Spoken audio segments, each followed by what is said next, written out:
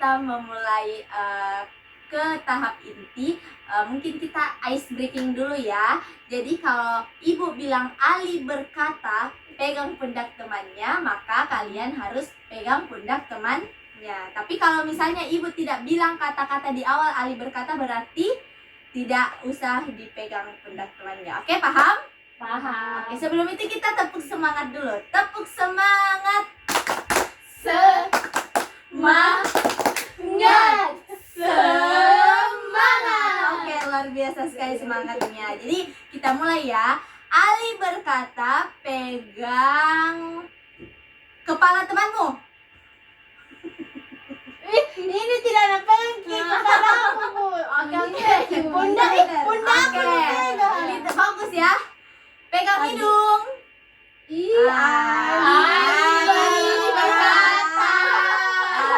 Tadi ibu bilang kalau misalnya itu boleh dilakukan ketika ibu bilang Ali berkata di awalnya. Oke, kita ulang lagi. Pegang dua matamu. Aduh, Erin fokus ya. Oke, lanjut ya, kita ulang lagi. Ali berkata, pegang pundak temanmu. Oke, nah ibu rasa kalian sudah fokus ya. Jadi kita bisa lanjut lagi ke tahap intinya. Nah, sebelum kita masuk ke materinya, ibu mau menyampaikan aturan-aturan dalam bimbingan kelompok ini. Jadi, dalam bimbingan kelompok itu kita sesama anggota-anggota kelompok harus saling menjaga rahasia satu sama lain. Yang kedua adalah menghargai teman-teman kalian yang berbicara, menghargai ibu sebagai pemimpin kelompok, dan juga kalian bebas untuk menyatakan pendapat, bercerita, dan sebagainya. Oke, sampai sini paham? Paham, Bu. Nah, oke, jadi bagaimana? Kalian sudah siap untuk ke tahap inti? Siap. Nah, jadi topik kita hari ini adalah motivasi belajar. Namun sebelum ibu masuk ke topik inti, ibu mau menanyakan nih sama kalian. Coba kalian ceritakan apa sih yang pernah kalian perjuangkan, entah itu dalam membeli barang atau mungkin dalam berprestasi di sekolah, atau apa saja yang pernah kalian lakukan sebelumnya. Oke, siapa yang mau cerita pertama? Saya, Bu. Oke, silahkan Fikrul. Kalau motivasi yang pernah saya perjuangkan Ibu, dulu itu pas saya masuk SMA saya sangat berjuang untuk tidak memberatkan orang tua saya di biaya sekolah. Makanya tadi saya bersikeras untuk masuk di sekolah dengan beasiswa. Jadi saya pergi mendaftar untuk lolos beasiswa masuk di SMA yang saya inginkan. Jadi dari perjuangan itu saya alhamdulillah lolos di SMA itu. Oh, jadi Fikrul berusaha bagaimana supaya dia bisa mendapatkan beasiswa ya. Oke, siapa lagi yang mau cerita? Saya, Bu. Oke, coba Nisa. Baik, Bu, perjuangan saya di sini waktu saya mau masuk Rohis. Waktu itu saya sebenarnya tidak mau jadi ketua. Tapi saya dituntut sama pembina saya, katanya masuk saja, coba. Dan disitu saya belum percaya diri untuk mengikuti Rohis ini. Tapi karena dukungan dari orang tua dan juga perjuangan yang telah saya lakukan membuat visi misi yang itu, jadi saya bisa bergabung di organisasi Rohis dan menjadi ketua di sana. Wah, hebat-hebat sekali ya kalian. Itu kisah kalian waktu SMP semua ya? Fikrul dan Nisa. Iya. Oke, lanjut. Saya mau dengar dari Nurul dong. Pas saya SMP sampai SMA itu bukan saya tuh suka mengikuti kegiatan pramuka. Dan pernah satu kali itu sekolah saya itu mengadakan semacam perlombaan pramuka tingkat kabupaten. Dan di situ bentuk perjuangan saya itu kayak saya tuh selalu untuk latihan terus menerus seperti itu hingga bisa menjadi juara umum di sekolah saya, bisa mendapatkan juara umum di perlombaan tersebut. Oke, keren. Jadi ini kalian semua keren-keren semua ya perjuangannya. Nah, terakhir ibu mau dengar cerita dari Erin. Coba Erin. Kalau saya, Ibu, saya pernah mau kalau mau beli barang itu ibu saya menabung dulu. Jadi saya menabung sekitar 1 bulan, setelah itu baru saya beli sepatu. Oh, sepatu ya. Jadi Erin itu menabung karena mau membeli sepatu. Oke, jadi Ibu sudah dengar semua cerita-cerita kalian. Jadi sebenarnya kalian ini adalah orang-orang yang mau berusaha ya. Cuman kita mengadakan ini agar kalian bisa menemukan motivasi-motivasi kalian dalam belajar. Karena rata-rata yang Ibu lihat di sini sudah lumayan kemampuan kalian dalam memotivasi diri.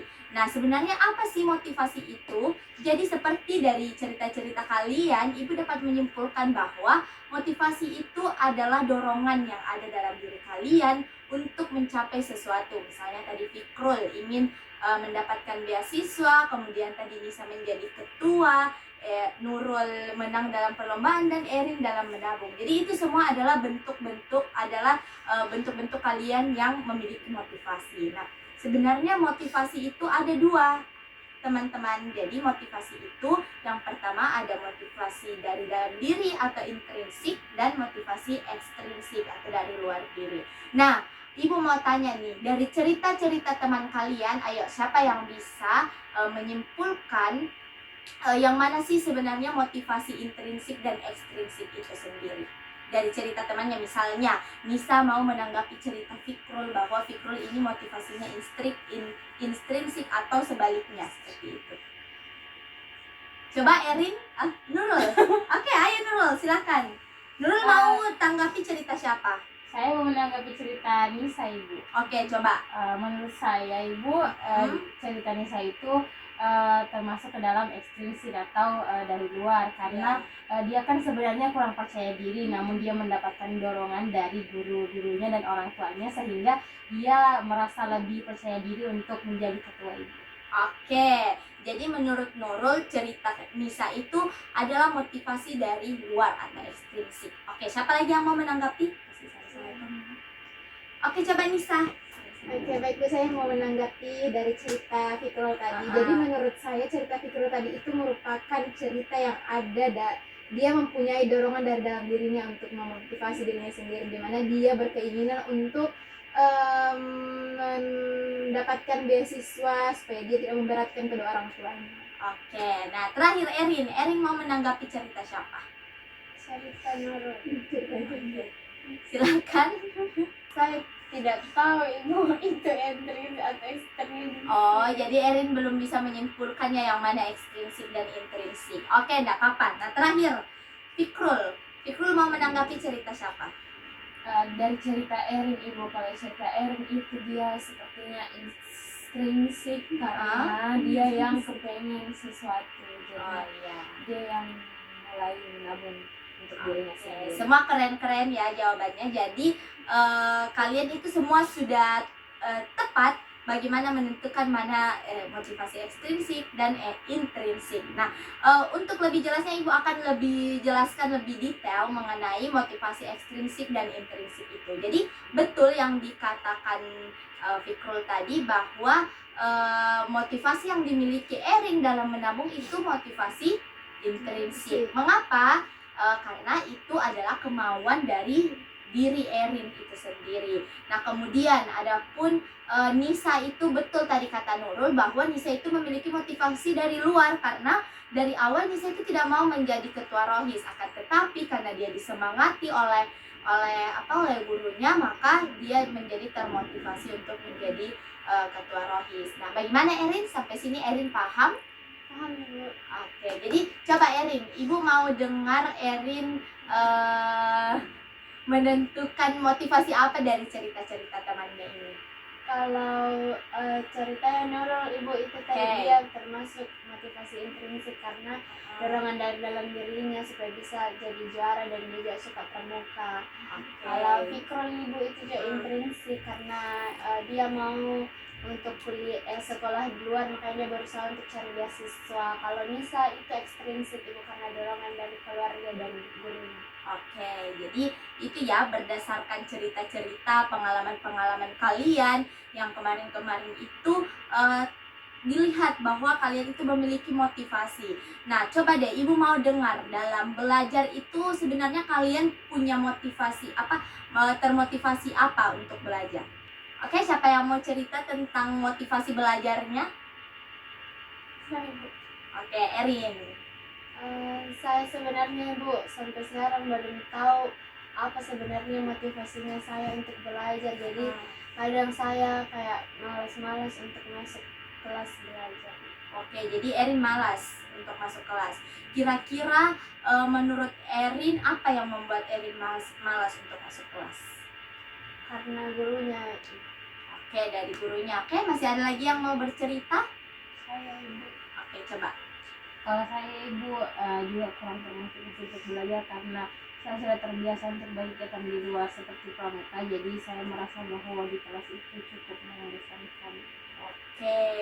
Oke, sekarang Fikrul coba ceritakan terkait motivasi belajarnya Fikrul. Baik Ibu, mungkin sebelumnya itu saya sangat termotivasi untuk belajar di awal-awal, namun untuk masa sekarang saya seperti kehilangan motivasi belajar saya, Bu. Saya tidak tahu kenapa saya bisa kehilangan motivasi belajar saya, tapi sepertinya karena saya yang cepat bosan terhadap sesuatu, jadi saya rasa itu alasan saya kehilangan motivasi belajar untuk saat ini.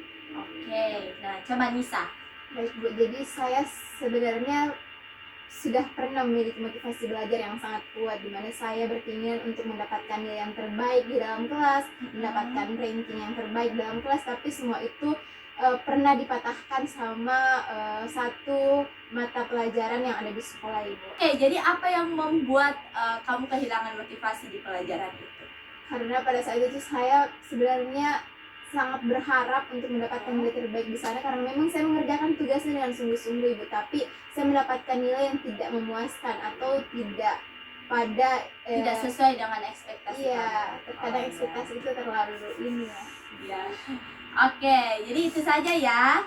Jadi luar biasa sekali cerita-cerita kalian. Ada yang kurang termotivasi karena apa tadi Erin? Malas lihat gurunya. Malas lihat gurunya. Ada yang terlanjur menyukai pramuka sehingga kalau di dalam kelas merasa bosan. Fikrul juga yang merasa bosan, dan Lisa yang terpatahkan karena satu mata pelajaran. Nah, hal itu semua wajar adik-adik, teman-teman. Jadi bagaimana kita dalam kehidupan itu terkadang kita memang sedang tidak termotivasi, akan tetapi di sini Ibu mau sama-sama mengajak kalian untuk menemukan motivasi kalian sendiri ya. Jadi sebenarnya motivasi itu penting sekali untuk teman-teman miliki. Nah, bagaimana caranya kita meningkatkan motivasi? Yang pertama itu teman-teman harus mengenali diri sendiri terkait apa yang kalian suka dan kalian tidak suka. Kemudian memahami hambatan belajar. Jadi kalian mengetahui kira-kira apa sih yang membuat saya terhambat untuk belajar, misalnya terlalu banyak bermain HP, atau mungkin terlalu banyak menerima ajakan teman untuk bermain dan sebagainya. Kemudian yang ketiga adalah membuat perencanaan. Yang keempat, konsisten dengan target yang ingin dicapai, memulai dari hal yang sederhana hingga tidak membandingkan pencapaian diri dengan orang lain. Jadi itu hal-hal yang penting kalian perhatikan dalam membangun motivasi belajar. Ketika kita tidak memiliki motivasi, maka kita akan sulit fokus, kita akan menunda-nunda waktu, hasil belajar menurun, dan tidak memiliki rencana masa depan. Otomatis itu akan merugikan teman-teman sekalian. Nah, selanjutnya Ibu akan mengirimkan link LKPD di grup. Jadi teman-teman bisa buka grup sekarang, Ibu sudah mengirimkan. Jadi di situ ada kolom-kolom yang kalian mesti isi, di mana di situ judulnya adalah journal planner. Jadi Ibu sengaja membuat ini untuk membangun motivasi kalian dengan menuliskan apa saja harapan-harapan kalian, lalu apa motivasi kalian, dan yang terakhir adalah apa yang harus kalian lakukan dalam mencapai apa yang kalian harapkan. Dan yang terakhir, Ibu kasih ruang untuk kalian untuk menuliskan apa sih quotes yang sangat relate untuk diri kalian sendiri dan teman-teman. Oke, bagaimana? Ada yang ingin ditanyakan? Tidak ada Ibu. Oke, boleh diisi ya. Waktu pengisiannya 15 menit.